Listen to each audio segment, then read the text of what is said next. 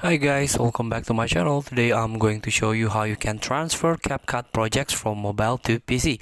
So this is the easiest method. All you have to do now, open your Capcut from your mobile phone, and you have to create your account first in here.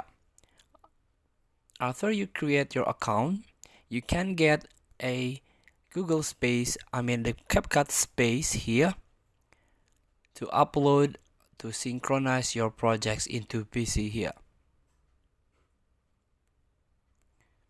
So to synchronize, for example, tap three dots and upload the space. You can tap it, select your space, and then upload.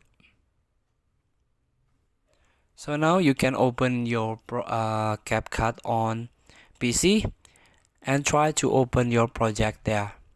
So feel free to try. Thank you for watching. Don't forget to comment, like, and subscribe, and circle the text button below. See you in the next video.